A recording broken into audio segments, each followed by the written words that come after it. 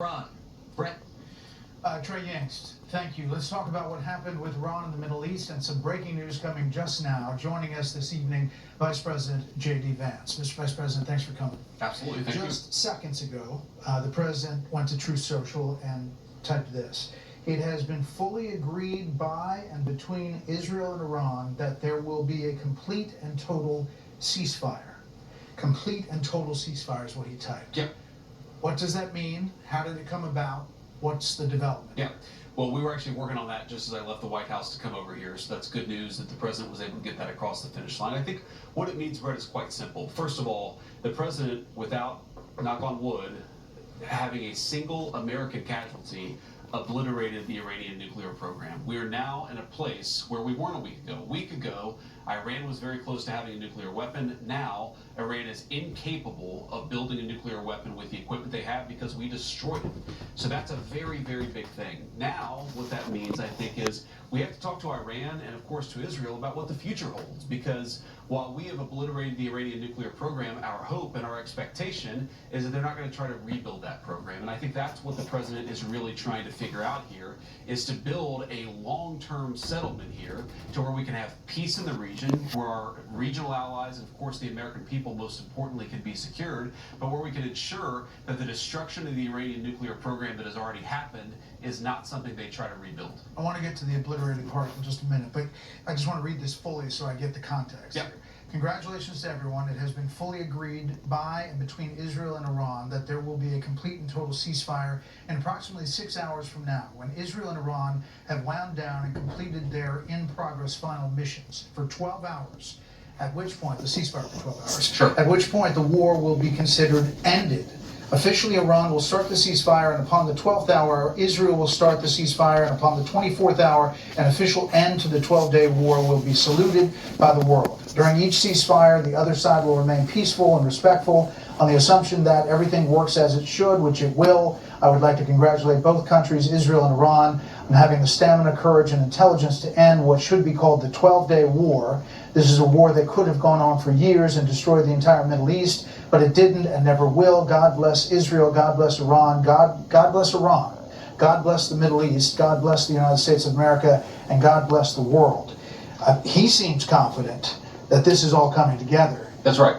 And when you left the White House, were you thinking this was all gelling here? When I left the White House, I thought that we might be able to get it across the finish line before this broadcast, and it looks like the President has been able to do that. I mean, look, he's been working the phones constantly. Frankly, before the 12-day war started, but certainly over the past 12 days, the President's been extremely clear about America's national objective here. It is to create a world where Iran cannot build a nuclear weapon. We, of course, destroyed the nuclear program that they had, and the President told the entire team, we're going to work to make sure that they don't try to rebuild that nuclear capability in the future. And it's, look, this is a great thing. For Israel, think about this. They've accomplished an important military objective.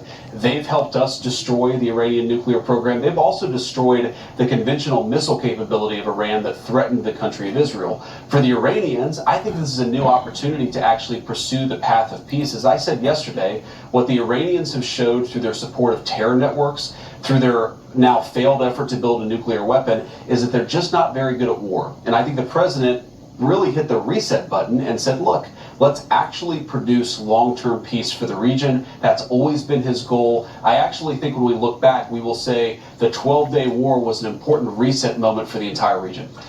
Would you be surprised if Iran is sending out signals that it doesn't have a specific ceasefire plan? How would the communication have been with the Iranians to get this level of confidence to put out that detailed statement? Well, one of the things I've learned, Brett, about the Iranians in the past, 4 or 5 months that I've been in this job is what they say publicly and privately can sometimes be very different. I think what the Iranians have shown very clearly is they don't want this war to go on for much longer. Their air defenses have been totally destroyed. Their conventional missile program has been largely destroyed. And of course, their nuclear program has been obliterated, as I said before. So I think the Iranians are at a place where they don't want to keep on fighting. You saw the President, and I don't have the truth in front of me, but he talked about the next 6 hours, right, finalizing the attacks. I mean, Well, what I think what he's talking about is right now, for the American people watching, it's dark over there. That's typically when the Israelis and the Iranians have been shooting at each other. I think there's some recognition that that might continue for another few hours, and tomorrow really is a new day. The end of the 12-day war, the end of the Iranian nuclear program, and I really do believe the beginning of something very big for peace in the Middle East. So you said totally obliterated. The president has said totally obliterated the Iran nuclear program. Yeah. Do you know for sure where all the highly enriched uranium is? Well, Brett, I think that's actually not the question before us. The question before us is, can Iran enrich the uranium to a weapons grade level, and can they convert that fuel to a nuclear weapon? And we know, based on the success of our mission, of course, the leadership of the president, but the incredible skill of our military, that the two mission objectives are completely successful. We know that they cannot build a nuclear weapon. Now, you asked about the highly enriched uranium. Yeah, like 900 pounds of it. But what we know, Brett, is that uranium is something that exists in very large supply. Our goal was to bury the uranium, and I do think the uranium is buried, but our goal was to eliminate the enrichment and eliminate their ability to convert that enriched fuel into a nuclear weapon. I think that's an important point, Brett, because so many of the folks who have focused on the highly enriched uranium, sure, 60%. The main focus, Brett, has been to destroy their enrichment capacity, because we don't want that 60% uranium to become 90% uranium. That's the real concern, and that's what was so successful about our mission. So after all this, if the Iranian government survives as is, what's to stop it from rebuilding over time if they in fact moved the 60% highly enriched uranium? You know, that's the concern. No, the big concern, Brett, and this is again what we destroyed, is their ability to enrich uranium. If they have 60% enriched uranium, but they don't have the ability to enrich it to 90%, and further, they don't have the ability to convert that to a nuclear weapon, that is mission success. That is the obliteration of their nuclear program, which is why the president, I think, rightly is using that term. But here's the question. If Iran is desperate to build a nuclear weapon in the future, then they're going to have to deal with a very, very powerful American military again. Our hope is that the lesson that the Iranians have learned here is, look, we could fly a bunker buster bomb from Missouri to Iran completely undetected without landing once on the ground, and we can destroy whatever nuclear capacity you build up. I think that lesson is what's going to teach them not to rebuild their nuclear capacity. Yesterday, were you speaking on the president's behalf when you said he was not interested in regime change? Well, Brett, what I've said is the American military, that is not our mission, is regime change. Our mission was to destroy the nuclear facilities and the nuclear program of Iran, which we, of course, did. I think what the president's also said is that the Iranian people want to make a decision about regime change. That's between the Iranian people and the regime. Of course, we support freedom fighters all around the world, but our mission was to destroy the nuclear facilities, and that's what we did. So you don't think there's any mixed message when he goes to Truth Social and says it's not politically correct to use the term regime change, but if the current Iranian regime is unable to make Iran great again, why wouldn't there be a regime change? Miga. Well, I think what the president is saying very clearly, Brett, is if the Iranian people want to do something about their own leadership, that's up to the Iranian people. What the American national security interest here is very simple. It's to destroy the nuclear program. That's what we've done. And now that the 12-day war appears to be effectively over, we have an opportunity, I think, to restart a real peace process. And Brett, this is not just about two countries, Iran and Israel. All of these Gulf Arab states, they want peace, they want to invest, they want to build artificial intelligence hardware, they want to sort of come into the new economy, and that was impossible when you had Iran that was, as the president said, acting like a bully across the Middle East. We really think that if the Iranians are smart about the path forward, this could be a new dawn of an economic age of prosperity, of course, for our Gulf Arab allies, for us, for the Israelis, for everybody. But it's going to require the Iranians play it smart from here. The president called it very weak, the Iran missile firing on the U.S. base in Qatar, Al Udeid.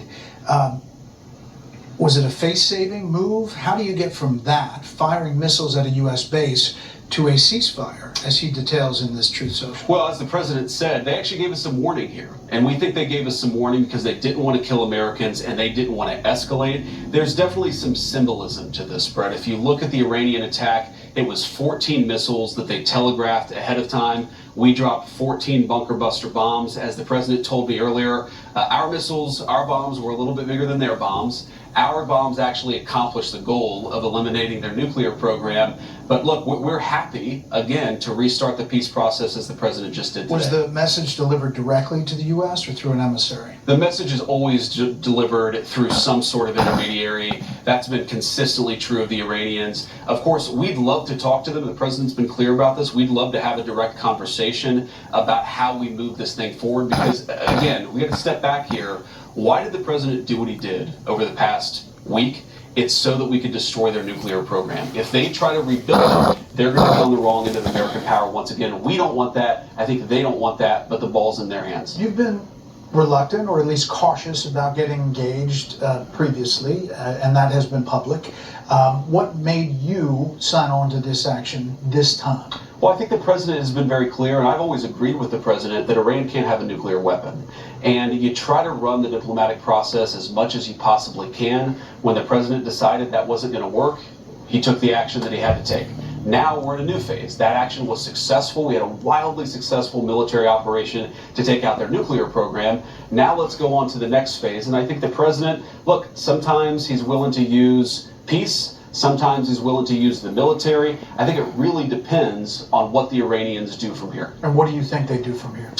Well, it's an open question, Brett. I don't want to predict what the other side will do, but I think that I know what we'll do if they continue to pursue a nuclear weapon, and I hope they don't choose that path because I know the president wants to see the Middle East become peaceful and prosperous in the future. That's not going to happen if Iran pursues a nuclear weapon again. And for the people, so we talked about the people who believe that this is going towards World War III, especially in your own party. There's a section that's very vocal. There's another section that says you should take out this regime because it's evil and horrible and has done horrible things for decades.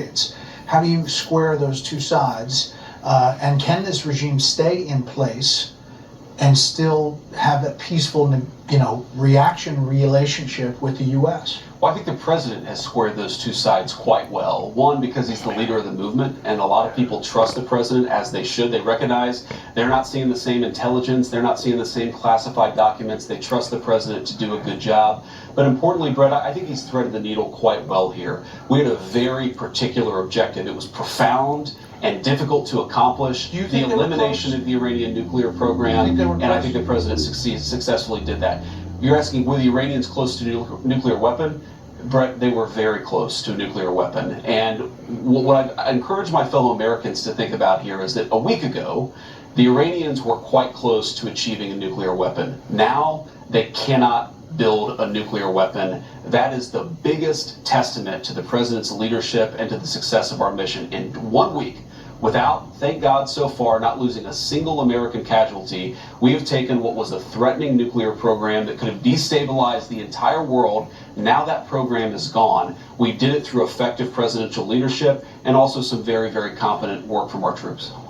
How often does it happen where you're going to do an interview and you get a Truth Social seconds before? You have some sense of it, but it's pretty detailed, where you are being asked about something the president has just put out. In this administration, Brett, it happens quite a bit, actually, but we knew this was coming. The draft, it was interesting. I just read the draft about 2 minutes before we went on the air. It was a little bit different from what the president had showed me a couple of hours ago, but again, I knew that he was working the phones as I was on the way over here, so I knew exactly what we were going to do. And look, I love that about this presidency and this administration, is he's always working. He doesn't say, the vice president's going to do an interview, so I'm going to stop doing anything. He says, we're going to do the American people's business. The vice president knows what I'm trying to accomplish, and if I get it done, great, because we're going to talk about it and celebrate it, because it is a thing to celebrate. I can't emphasize this enough, Brett. We have destroyed the Iranian nuclear program. 0 Americans have died. That's an amazing, amazing thing. Americans, whether Democrats or Republicans, Praise the Lord. we should be Thank celebrating God. that.